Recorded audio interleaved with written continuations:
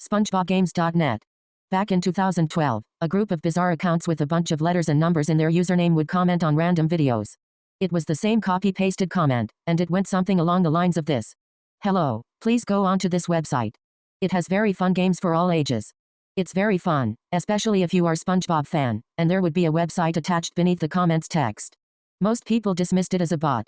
But people who visited the website linked in the comment were not ready for what they were about to discover. The website's name in question was SpongeBob. The layout of the site wasn't exactly the best, according to the people who visited it. It was a white background with a yellow gradient border above it.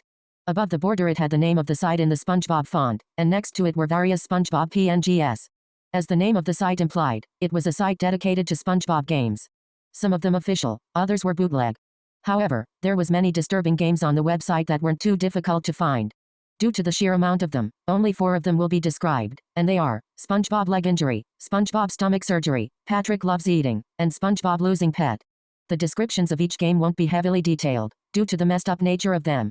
The information has come from people who remember playing the games. Here is a brief description of the content within each game.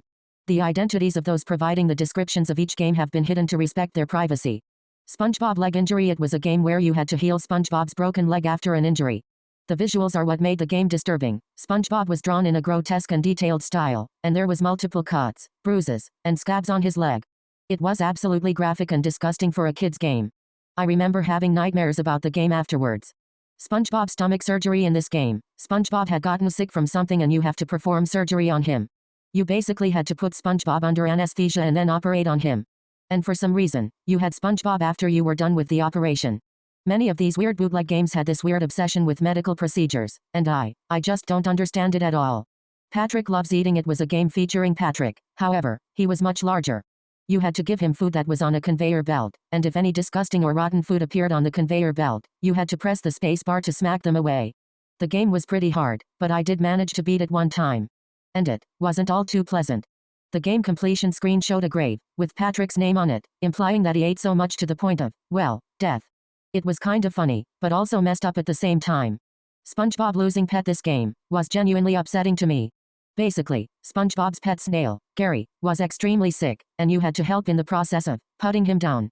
The ending screen showed SpongeBob crying in the veterinarian's office. Tears were streaming down his cheeks. Above him was text that read "Congrats. You completed the game." The happy message heavily conflicted with the depressing image below, and the whole thing was just messed up. I mean, who in their right mind would make a game about having to put down SpongeBob's beloved pet? I hope whoever made this game, and all of the other FD-up games on that godforsaken website, never faces the light of day. The website was shut down a few years later in 2017 for unknown reasons. To this day, no one knows who created SpongeBob. But it's probably for the best if we don't. The answer might be worse than the question itself.